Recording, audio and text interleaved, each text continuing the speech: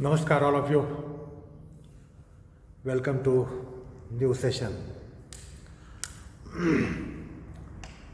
Uh, in the last session, towards the end, I made a running statement, passing statement, that pranayama, pratyahar, dharana, dhyan, samadhi are a part of uninterrupted process. You cannot be interrupting them. In case there is an interruption, you will have to come again to starting point.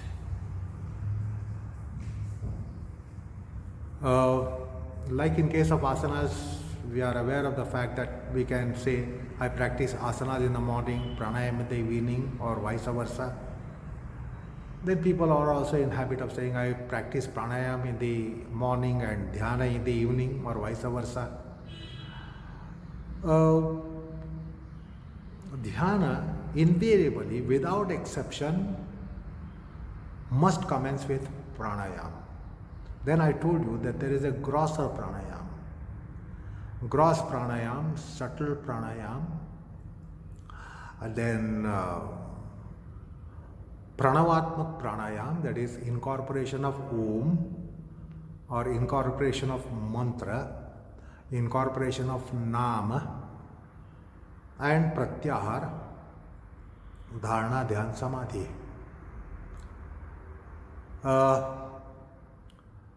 And it must be uninterrupted flow. In case there is interruption for any reason, one has to again come to gross pranayama. That's the starting point. The point is, pranayama itself transforms into pratyahar, and then that pranayama itself transforms into dharana, and then that pranayama itself into dhyana and samadhi. This is how it has to be understood. It would be naive to think that there is no pranayama while the dhyan samadhi is on, or dharana dhyan samadhi is on. There are also types of pranayama. Pratyahar of Ashtanga Yoga, then dharana dhyan samadhi of Ashtanga Yoga are all materially of pranayama. The material of all those is pranayama. That has to be understood. Then there is another concept and idea or notion to be crystallized, is that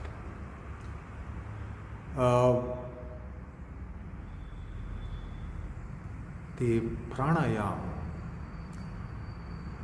to samadhi, then perhaps even onwards to asamprajña samadhi, is a very integral process. So that must be strongly impressed on the mind. Now, the popular notion of about the pranayama is that pranayama is a kind of deep breathing.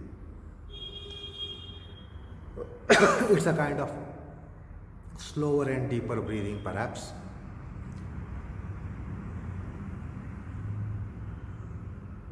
And therefore, this kind of idea obstructs us from having a process of Ashtanga Yoga which goes further to Pratyahar, Dharana, Dhyan, Samadhi. So it is important to conceive first that there is something called as pranayama of normal breathing, because the replication aspect, which is so fundamental in pranayama and of course undoubtedly in dharana, dhyan, samadhi, entails that one must venture and then learn and then acquire, attain pranayama of normal breathing. In popular yoga, this concept has been totally overlooked. Pranayama means, it must mean a deep breath.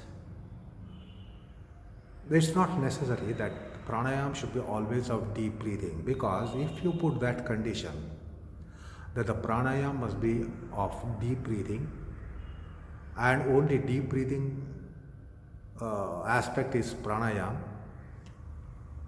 or unexceptionally the breath should be deeper and then deeper and slower perhaps, then that is ignorance. Because such kind of breath cannot be replicated. You cannot be doing consecutive cycles of deeper breathing more than 2, 3, 4, 5, 10. If you want to replicate the breathing with a kind of larger cluster, it entails, it is imperative that it must be normal breathing. And therefore, there is a kind of branch in pranayama which is of the nature of pranayama with normal breathing, so that it can be continued over a longer time. Even Patanjali, in the scheme of desha kala sankhya, sankhya means number of cycles in a cluster. So the number of cycles will be lesser in an inferior pranayama, number of cycles will be more in a middle grade of pranayama, and number of cycles more and more and more and huge means it will be a superior grade of pranayama. So there is mention of adhama pranayama, madhyama pranayama and ucha pranayama, or kanishtha pranayama and jeshtha pranayama. So in upgradation of pranayama, this aspect of number of cycles becomes more important. The sankhya of replicated cycles, schematized cycles, should be more and more rather than lesser and lesser and lesser. Of course, there is no pranayama of one cycle. Pranayama implies that there must be multiple cycles. Sankhya, the number of cycles. So if the number of cycles had to be increased in a particular scheme or in particular kind of regimen, it is best to have normal breathing, because the normal breathing you can have greater cluster of it.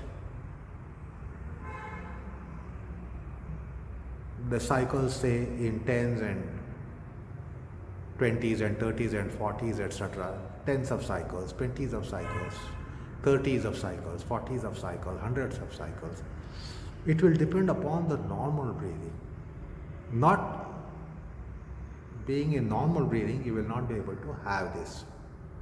Now, when the transformation has to take place from pranayama to pratyahar to dharana, the time duration is so important. That's why there is a table in the science of yoga, in the Yoga Shastra, that what is pratyahar? Just having definition of pratyahar coming down in the process or in your embodiment, it doesn't become pratyahara. Swa vishaya asamprayoge chitta swarupanukara iva indriyana pratyahara is the definition. The senses going back to the nature of very chitta and staying in the form of chitta is pratyahara. But then there is also a time duration mentioned in classical texts. So if that state of pratyahara, abstraction of the senses or withdrawal of the senses from their objects, if that lasts for a second, then it is not pratyahara. Just satisfying the definition of pratyahara doesn't make it pratyahara. So the Shastra says the time taken by 12 breaths, pranayamic breaths, precisely inhalation, retention, exhalation, retention is one cycle. Now, whatever is the time, the duration is of that one cycle,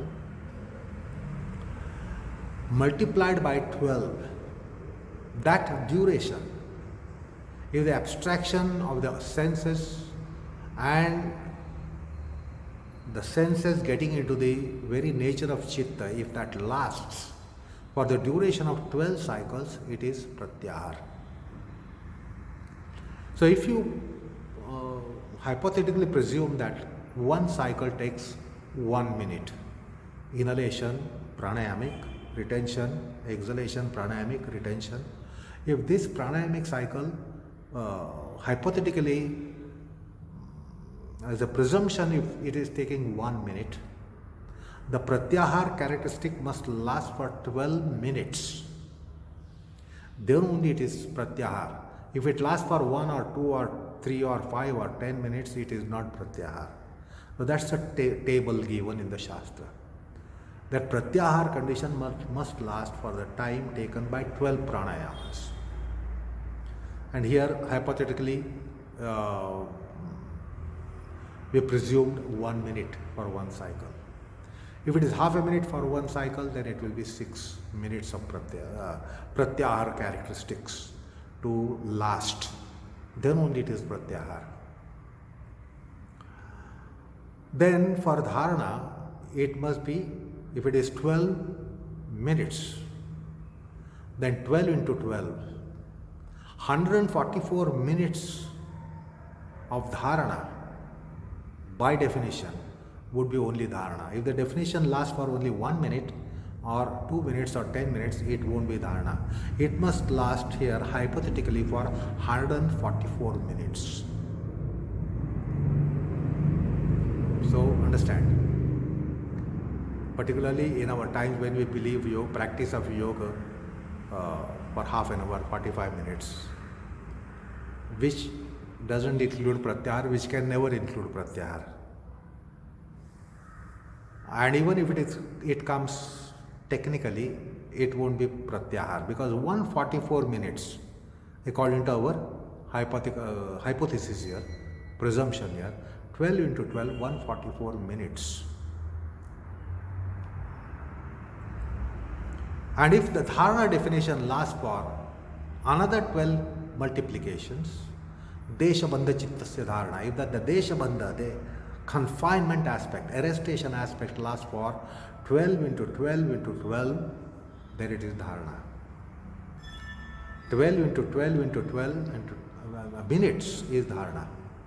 Then for dhyana, tatra pratyaikatanata dhyanam, 12 into 12 into 12 into 12 minutes. You can calculate. Then only it is dhyana. And if it is samadhi, samadhi cannot be of just a fraction of a second. It must be 12 into 12 into 12 into 12 into 12 minutes. Then it is samadhi. Now understand the implication of continuous, the continuum and continuation, continuance. If it is interrupted, you have to come to starting point again. Gross pranayam, subtle pranayam, okar pranayam, pratyahar, dharana, dhyan, samadhi. So, as a part of education, this must be known. There is no samadhi of a minute. There is no samadhi of a fraction of a second. There is no dhyana similarly of a fraction of a second or couple of seconds. Technically it might be dhyana, dharana, dhyan, but not essentially. So dharana is deshabandha chittasya dharana. Dhyana is tatra pratyaikatanata dhyanam.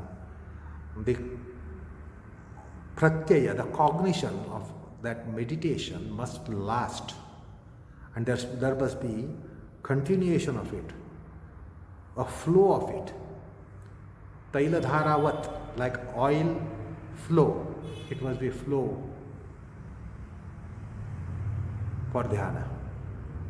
Tatra pratyaika dhanata dhyanam, and then tadeva arthamatra nirbhasam swarupa shunyam eva samadhi is the definition of samadhi.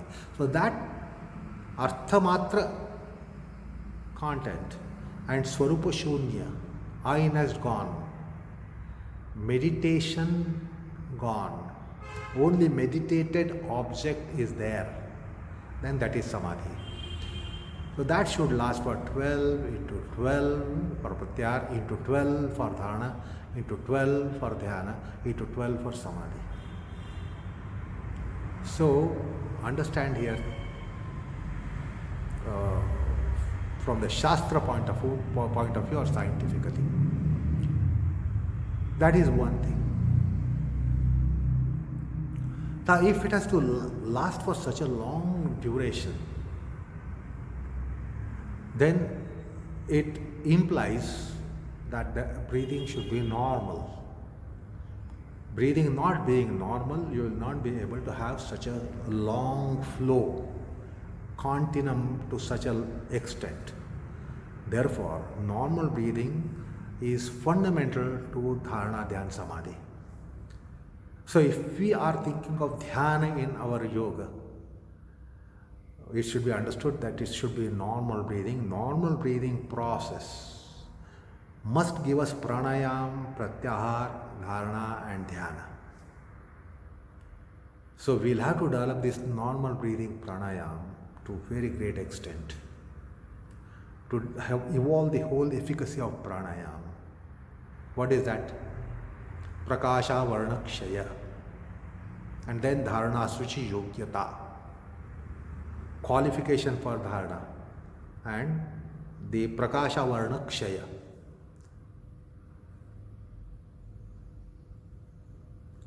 And then that pranayama of normal breathing, because we all can understand pranayama by deeper exhalation works wonderfully well. Pranayama with a little deeper inhalation, we get the effects of it. Our pranayama is all of deeper breathing and not normal breathing. And slower breathing and not sharper breathing. Like we have to have sublimation, etc. Then it should be soft, waft, delicate, tender breath and breathing. So we can't imagine pranayama without the breath being slowed down and without the breath being voluminous. Then only we can imagine our pranayama. So this imagination should be set aside. And we have to understand the normal breathing process, which can only lead, which can only escalate towards dharana, dhyana, samadhi or dhyana. Let us not call meditation at all. When it comes to classical yoga, dhyana must be dhyana. It should be called dhyana and not for conveniency call it meditation. We have dealt with meditation for quite a long time in our earlier sessions. And I have explained to you why meditation is not dhyana, dhyana is not meditation. Meditation is a part of dhyana, not complete meditation is dhyana. I don't want to revive that matter once again. You can have, once again you can go back to that session. Anyway, that's one thing. The other thing, now if we are going to take our pranayama towards dhyana, because as I said, we have not considered the Patanjali's concept of dhyana in our long delineation on dhyanas. Patanjali has himself mentioned 3 dhyanas. We have not considered that third dhyana. And now, since I initially mentioned that we have to look at that dhyana, and for that we must qualify. That's why I went with these long sessions on pranayama to understand pranayama. And finally I have made the statement that we must develop normal breathing pranayama. We must become profound in normal breathing pranayama. We must be able to get all kinds of conditions which we need to get prepared for the meditativity of dhyana. Normal breathing process must be evolved. So we need to work on that a lot if we have to embark upon Patanjali's dhyana or classical dhyana or incorporate that dhyana practice in our yoga. That's one thing. The other thing is that we must be also familiar with certain esoteric aspects of our anatomy physiology.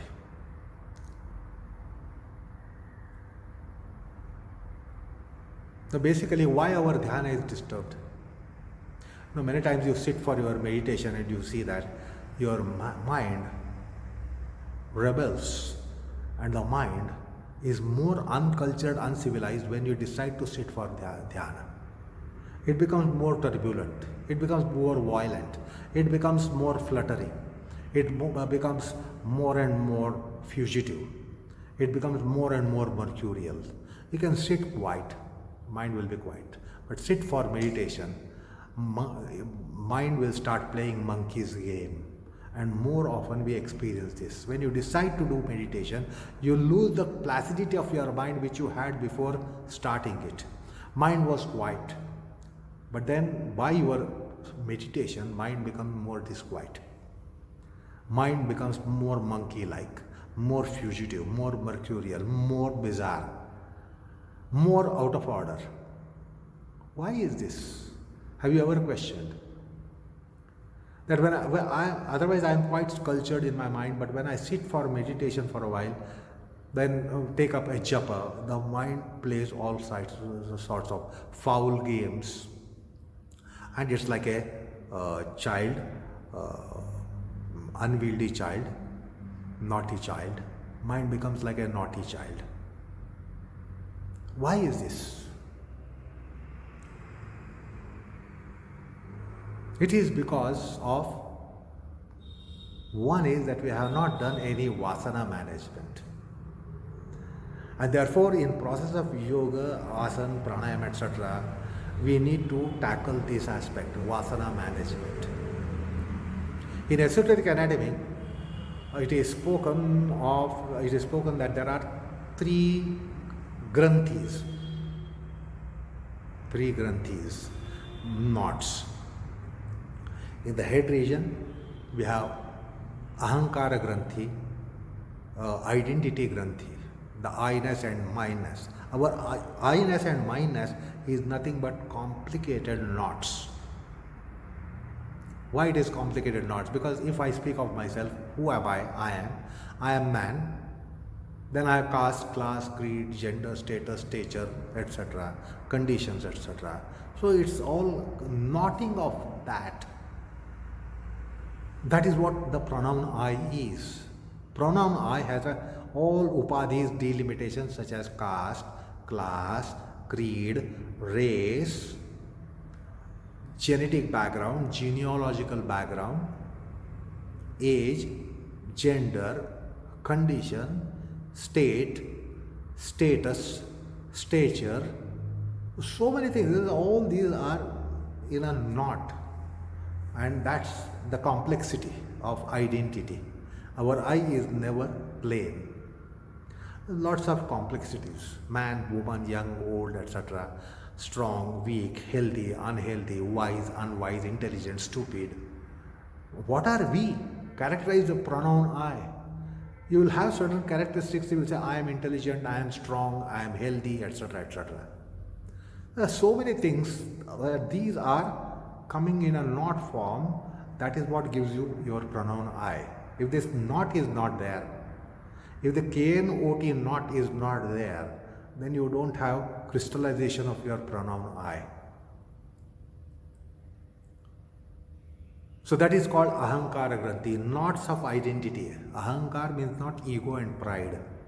Ahankar means I-ness. I-ness is nothing but a knotted condition of so many things. So that is in the head region. In the chest region, heart region, we have bhavana granthi, our sentiments, our relations. We have so many relationships in the world. We are related to so many people, others are related to us. So there is a relation complex. A man is not just a father, his son, his husband, his friend, his uncle, countless relationships. And all these relationships are knots. And they create a lot of problem in our mundane life. They give us happiness as well as sorrows, tormentation as well as delights, and as well as complexities. So those are called bhavana granthis, which are in the heart region. And in the bottom belly region, belly and below, up to the pit of the trunk, it is called vasana granthi. So vasana granthi, bhavana granthi, aham granthi. These are three knots, knot junctions. In science of yoga, they are referred to as Brahma granthi, Rudra granthi, and Vishnu granthi.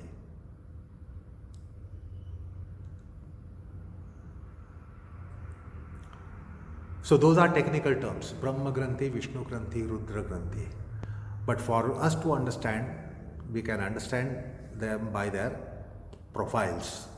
Aham granthi, bhava granthi, bhavana granthi, and vasana granthi. Now these granthis are to be managed. These knots are to be loosened. These knots must be cultured. These knots must be attended to. It is because of these that our meditation is detonated. When you sit for meditation, it detonates, and then there is fretting and fuming, and you come out of it. You say, oh, it has blown away my program or agenda or plan to meditate. Why?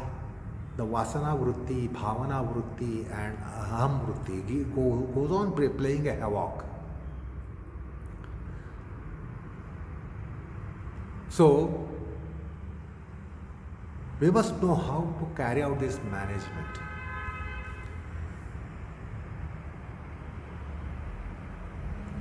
So, there are two kinds of minds, which is a functional classification here. One is called pranic mind. The other one is called vasanic mind. Vasanic mind includes vasana, bhavana, and aham.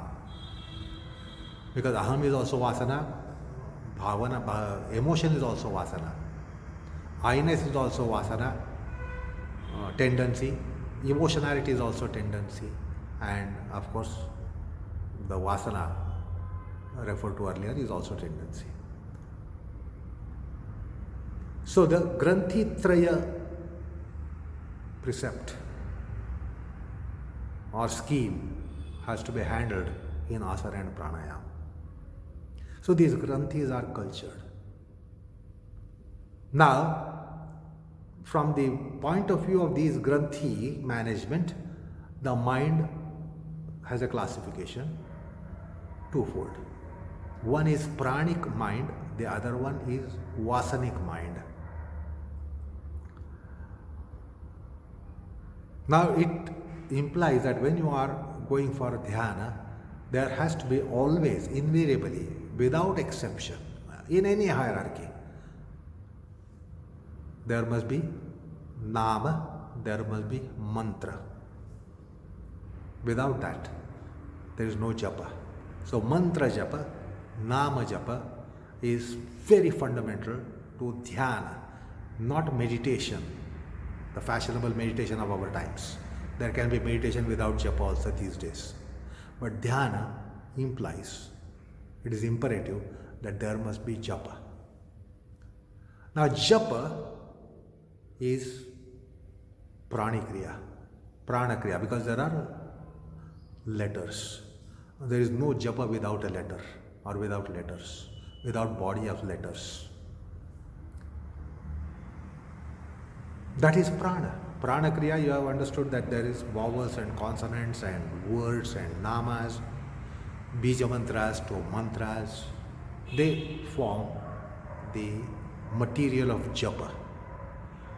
And without japa there is no dhyana. As a matter of fact, japa or dhyanam is also one of the definitions we have seen earlier. So the japa is done, that is called pranic mind. and the other one is called vasanic mind.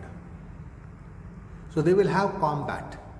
When you are settling for japa, they will have combat. So the pranic mind is more organized, it is well-rounded wheel. This vasanic mind is dented wheel. It can go anywhere, anyway. And they will clash often. And that is why our dhyanas are detonated. Our japa sadhana, dhyana sadhana is detonated because of the duet, the fight, the combat between vasanic mind, which is shapeless, irregular, and pranic mind, which is regular. Because pranic mind is in tune with your breathing cycle, breathing rhythm. So it is more organized, it is well managed, it is well shaped, because the breath is in rhythm. So it is well-rounded cycle, well-rounded circle, whereas the circle of vasanic mind is not well-shaped. It has dents, it is dented, it has indentations, it has no specific shape, and that's why it can go haphazard. So this is the combat that happens, and then by your developing the technology of dhyana, you will lessen the frictions, you will lessen the combats, you will lessen the encounters. A mystic poet has said that you must put the vasanic mind under hypnotic spell. So that's what happens. The vasanic mind is put to sleep, like the mother comfortably works when the baby is fast asleep. So mother puts the baby to sleep and does her activities. Similarly, vasanic mind has to be put to sleep by yogic process of sublimation. And then so that is in hibernation. So it won't interfere with your pranic kriya of japa, and therefore the dhyana would take unobstructed. So this management has to be learned in our practice of dhyana. As a precursor to dhyana, there is a dhyana. We have to understand that these two wheels must be there. These two wheels must be operating. These two wheels, the battles must be reduced. What is the way to reduce? Is to put that under a spell, vasanic mind under a spell. And the pranic mind puts that mind under a spell. The prana kriya of japa has to take that under a spell so that it won't interfere. That's the trick of technology. That's one thing. The vasanic mind and pranic mind, these concepts must be understood, and then we have to experience the two. How do they engage with each other, and how that encounter of the two be managed, mitigated by vasanic mind set aside gradually. So that is a knack, that's a trick which yoga technology, the cultural aspects of yoga kriya will teach. So we must be aware of this concept, this classification.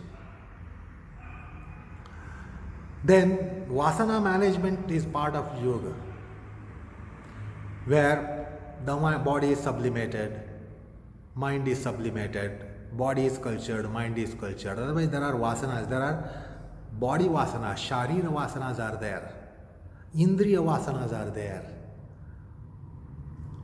manasik vasanas are there.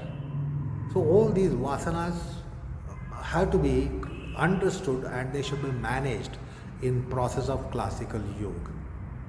When they are managed well, they won't interfere, they won't dabble with your process. So vasana kshaya, vasana management is such an important aspect, which is done by prana kriyas, which is done by tattva kriyas, because all our vasanas are rooted in elements. Prithvi, Ap, Tej, Vayu, Akash. And therefore, tattva management, pancha tattva kriyas, what is called as pancha tattva shuddhi. There is a concept of bhuta shuddhi in Neo Adhyatma. But it should be understood, the bhutas don't come in while you are in yoga, it is pancha tattvas. I have also explained to you sometimes in one of the earlier sessions, Prithvi, Aptej, Vayu, Akash are pancha mahabhutas. But in yogic process they become pancha tattvas. Prithvi, Aptej, Vayu, Akash become tattvas. So bhuta shuddhi is a very gross process. Tattva Shuddhi is more akin to yogic technology. Tattva Shuddhi. Then comes Devata Shuddhi, because they become Devatas in exalted state of yoga. Prithvi Devata, Ap Devata, Agni Devata, Vayu Devata, Akash Devata. They become celestial in nature. And then those two celestial aspects have to be further cultured and transmuted for dhyana to succeed. So what are these concepts must be understood? Bhuta Shuddhi, Tattva Shuddhi, Pancha Devata Shuddhi. So Pancha Bhuta Shuddhi, Pancha Tattva Shuddhi, Pancha Devata Shuddhi. Then we know that if you recall the delineation on Pranamaya Kosha, there are 6 chakras. So there are 6 sets of vasanas. Mooladhara vasana, Swadhisthana vasana, Manipuraka vasana, Anahata vasana, Vishuddhi vasana, Agnya vasana. Because the vasanas ensue from these chakras. So there are 6 sets of tendencies in us. Unlike modern psychologists who are just rounding all that into one called subconscious tendencies. The subconscious tendencies again are classed into 6 with in relation to or with reference to Mooladhara, Swadhisthana, Manipuraka, Anahata, Vishuddhi, Agnya. So the Shat Chakra Kriya has to be handled in our asana pranayama. Because we don't handle this, we just want to sit in a crossed legs and close the eyes and get into the dhyana. It won't work that way. We have not followed out the due regimen prescribed by the Shastra. So, Shat Chakra Kriya, Shat Chakra Samskara, Shat Chakra Shuddhi, Shat Chakra Vyavasthapan, management. So that has to be accomplished, so that the vasanas will come more over in our grasp, control, management. Then our dhyana would not be detonated or obstructed or impeded. So this aspect of esoteric physiology must be understood, and that's why we considered the Pranamaya Kosha, we considered the Panchakoshas. We have not done any to Panchakoshas. There is no technology for Panchakoshas, and we are trying to get into dhyana. It won't work. So that is another thing. It's esoteric aspects of anatomy, physiology. One is Granthi, the other one is this. Now, in the technology realm of yoga, let me induct you to another aspect.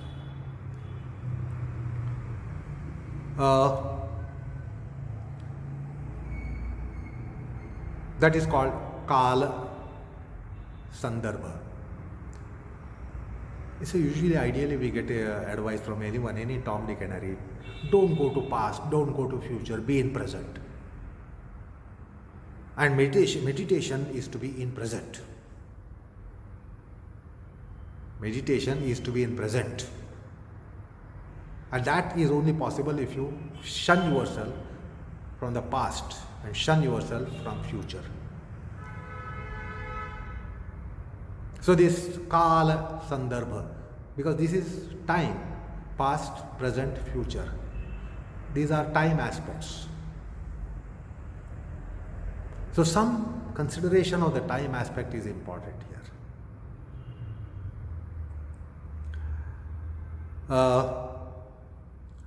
Now, in our psychological locus of the brain, we should understand this aspect which comes in esoteric anatomy of the brain, that the center part of the brain is for present. When you are hearing, what do you hear? Hear what is presently going on. I am talking to you is a present tense activity, and you hear what I say. So ears hear the present. Eyes are looking at the present. When you are looking at whatever is at your sight, that is there at that moment, present moment, and that only you can see. One which has gone into the realm of the past and latency, you can't see now. If you are now seeing, you are seeing present. If you are now hearing, it is present. If you are now smelling, it is present. If you are now tasting, it is present. Yesterday's taste is not present. Tomorrow's taste is not present. Tomorrow's audition is not present. Yesterday's audition is not present. So that's why this is called band of the present. All present tense is between the mouth and eyebrows. Is that not sound logical idea? If you want to be in present, your senses must be operating. They must be interacting with objects, and they will only interact with objects which are presently available, not latently available and not futuristically available. That's why it is called band of the present, mid band of your face, from the hairline to chin line, the mid band of senses. See, all the senses are centered there. Mouth, eyebrows to mouth. All the senses are between that band. There is no sense organ below the mouth. Eyes could have been below the mouth. Why not? So this is the band of present. The mid part of the brain, face is present. Then, when we are struck by destiny, then where do we point out? Oh, you say it is my fate. Where do you point out? Above the eyebrows, forehead part. So forehead part is past, because your destiny is because of the past. The past will be structuring your destiny. Future doesn't structure your destiny now.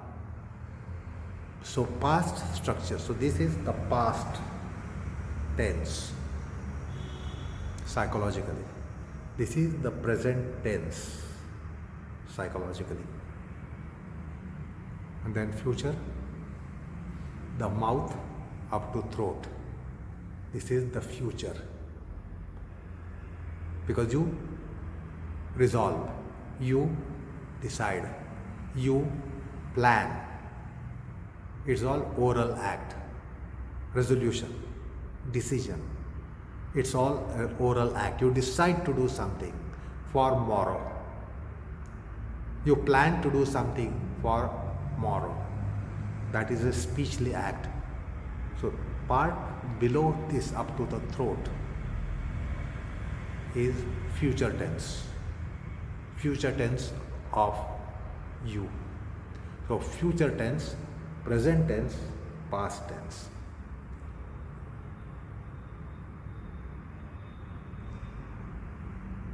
Now if you have to be temporally meditating, you must be in present.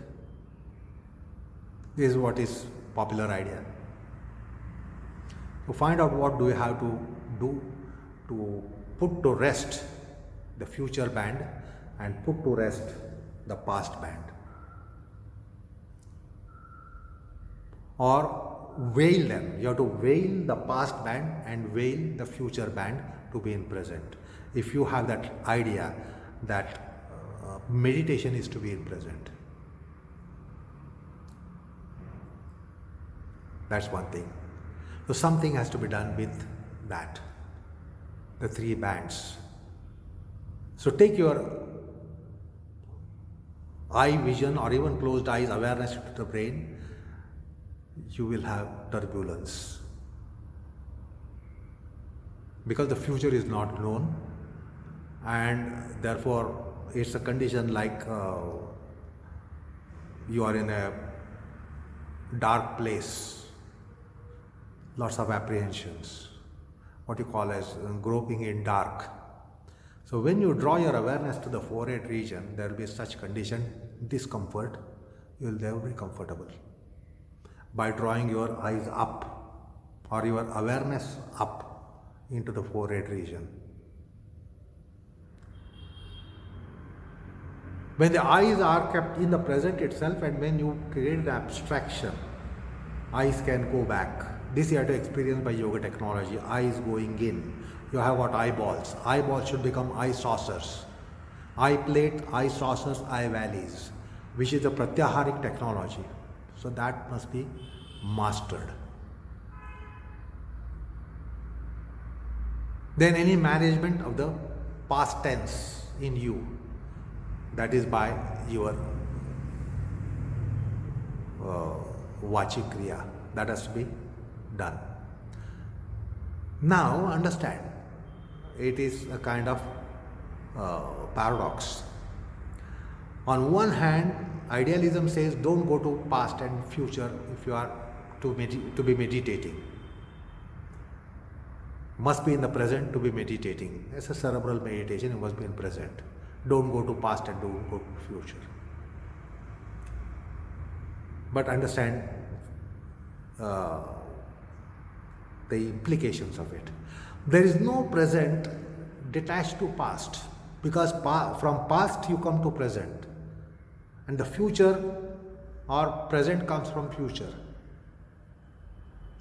So in the natural process, the future becomes present and present becomes past. So the journey is from future to present to past. The future moments become present moments, and present moments become latent moments. Latent moments don't become present moments. So journey is not from past to present to future in this dimension. The journey is from future to present to past.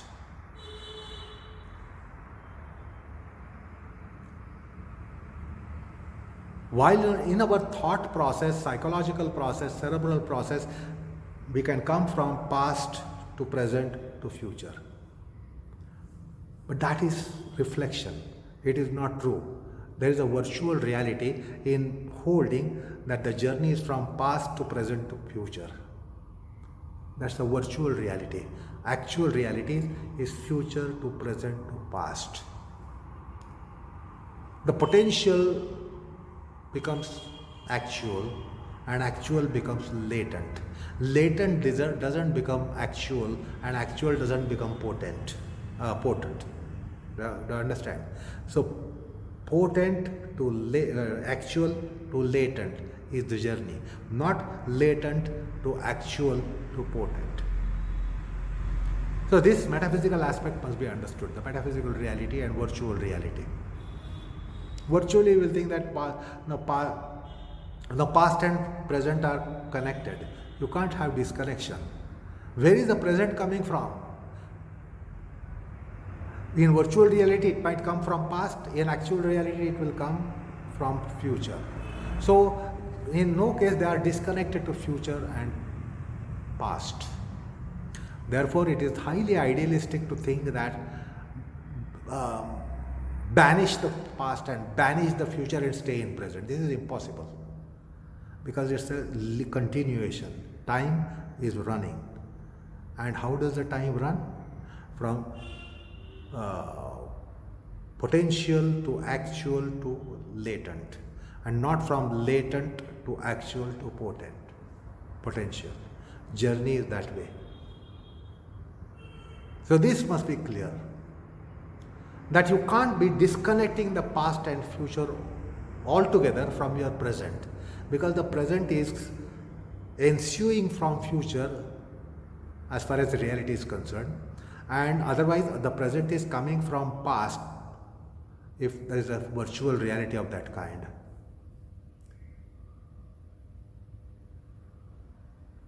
We have not come to today from yesterday.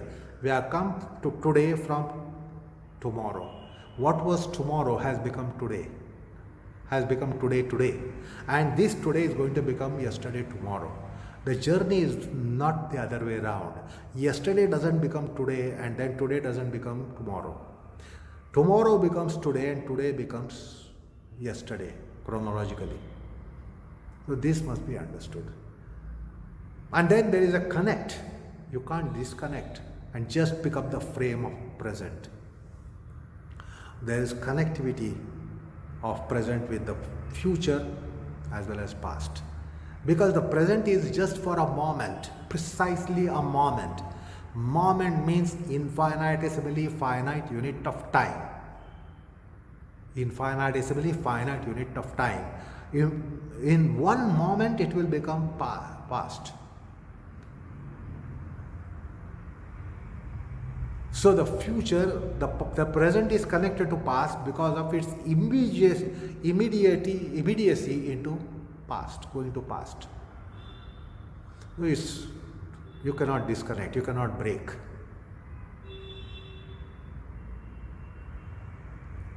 So the present aspect metaphysically must be understood that it is only for a moment. It is only for a moment. It immediately slips into past. Therefore, the past is not disconnected with the present. And it comes from future. Therefore, it cannot be disconnected from future. So this metaphysical reality must be understood. Now, if you want to be doing dhyana, or even if it is meditation, cerebral meditation, you meditate on the things that you know. You don't meditate on a thing that which is yet to know. You always meditate on what you know. Meditation will only come about something that you already know and not that something is yet to know. Then you can't have meditativity there, because meditativity is a profundity of faculty function. So not having known anything, totally altogether unknown, you can't meditate. Something should be sufficiently known, then you can meditate. Now, if something is already known, it is in the realm of the past. So dhyana and meditation depends on past. If the past is not ripe, you will not meditate. If the knowledge of the realm of the past is not mature or ripe, you won't meditate. If it is a raw knowledge, you won't meditate. There is no need to meditation. It is not even possible. It is not even entailed. So when the knowledge is profound somewhere, you can be going for meditativity. If the knowledge is raw, you can't go to meditativity. So understand, meditation is always depending on past.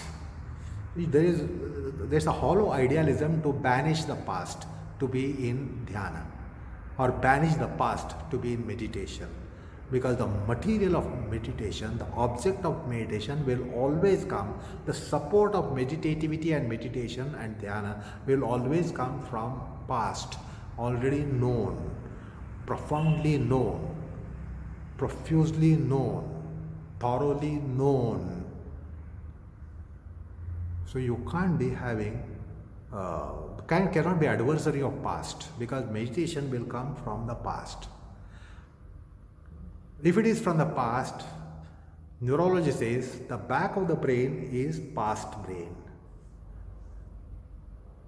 That is, meditation is always from the back brain, in the back brain, of the back brain. The front of the brain is future. If I ask you, what will you do tomorrow, next week, next month? See, the flow will come to the front of the brain, awareness flow. Awareness will bang on your front of floor, what to do tomorrow, what to do next week, what to do next, what to do next month and next year, etc. So, awareness will come and dash onto the front of the brain.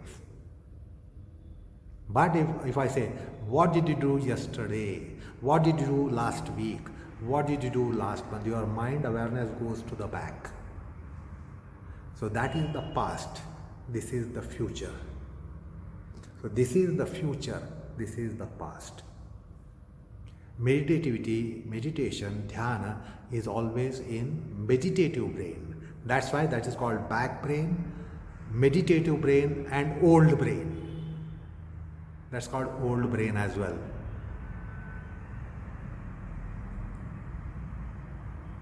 So you can't be adversary of past if you are thinking of dhyana. Don't be a fan of present. You will never go to meditation. Don't be a fan or a sycophant of the present. You will never go to meditation. Try to become fan of the past, old. Then you will go to meditation. Because that back of the brain is the locus of meditation. Back of the brain is the fount hole of meditation. It has to be done, or dhyana has to be done in the back of the brain. Never do dhyana on the front of the brain. It is not dhyana. It must be back of the brain. So abstraction of the senses can be imagined. So this concept of back brain, which is the past brain, and also therefore called meditative brain in neurology. So something has to be done in the back of the brain if you are going to do dhyana. Don't try to do something in the front of the brain. So future awareness comes forward, dashes on the front. Past mind awareness goes backwards and dashes onto the back. That is more proper preparatory for pranayama, that the mind should go towards the back of the brain, not come to the front of the brain. So part of the brain is called past brain, part of the brain is called future brain. A logical question comes, which is a present brain? There is nothing like present at all, actually.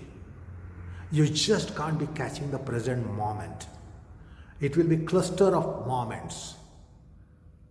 It will be always a body of moment. Nothing can be done in one moment precisely. Any action is done in body of moments, which is a time. Because moment is precisely infinitesimally finite unit of time. You can't do, even snap of finger is not in a moment. Otherwise, this is a symbol. It happened in a moment. It's not a moment, because see, the thumb, middle finger had to come together. So act of flipping, see, slow motion. They come together, they touch, they press, and then they give you the snap. And again the finger has gone where? Thumb has gone where? And middle finger gone where? So we say snap of finger. Snap of finger is not a moment. Because see the whole slow motion, put it in slow motion, you will see they coming together, then pressing, and then where is the thumb gone? And where is the index finger gone? The middle finger is gone to the mount of the thumb, and thumb has gone out. It does not happen in a moment. Nothing happens in a moment. It always happens in body of moments, succession of moments. Succession of moments implies that there is a past and future. If there is succession of moments, precisely you will see that there are past moments and future moments which make the cluster of moments, body of moments. So something about the kala must be also understood. So the question is If this is the past brain, this is the future brain, where is the present brain? This is a logical question. The point is, there is nothing like present existing. Present, that moment immediately goes into latency. And immediately, the futuristic moment comes to the frame of the present. And it doesn't stay there. You can't catch it. Like it is difficult to catch mercury on a floor. Try to drop some mercury and try to catch it. So it's like that. If you try to catch the present moment, it is struggling to catch mercury, hold mercury, touch mercury with your hands when it is fallen on the floor. If you want to touch mercury, you must put it into test tube and then dip your finger, you will touch mercury. But if it has fallen on the ground, you can't touch it. Present is like that. Mercury fallen on the floor. It's difficult to touch it, impossible to touch it. Put it into test tube, you can touch it. So that aspect, putting mercury in test tube, is only process to touch it. Similarly, there is that process. So the present doesn't exist as a matter of fact. We all believe the present is true. The present is not really true. It is only for a moment. It immediately goes to latency and it has come from future. From non-existent state to existent state and that to latent state. Really doesn't exist. Therefore, there is no present moment precisely. And therefore, there is no present brain. There is only past and future. Chronologically, we always will be touched and braced and impacted by present and past and future. So that madness has to be given up. This ideology has come to us and we think the present is really reality. Precise present moment, you cannot even touch it. It is just for a moment. What can you do with something in precisely one moment? Can you catch one moment? You can't catch it. It will be always a cluster of moments. Succession of moments are only giving us the time concept. So moment is the infrastructural matter of time, but you can only conceive time. You can't conceive moment. And the time will be always a body of moments. So that moment is a metaphysical concept. And therefore, we should be clear about this past, present, future. And without reservation, go to past and take that as a support for dhyana. You can't take support for dhyana something which is in an unknown realm. It must be in well-known realm, not only known realm, well-known realm that is always in the past. So don't be aversive of past. Don't be aversive of the past brain. Don't be aversive of the old brain. Develop friendship with old brain. Develop association with the old brain rather than dissociating with the old brain. So that's important for meditation, meditativity and dhyana. So few ideas, philosophical precepts, concepts, metaphysics, you must be well aware with so that you will know what is really dhyana. And that's why I gave you some inputs for you to understand what is dhyana.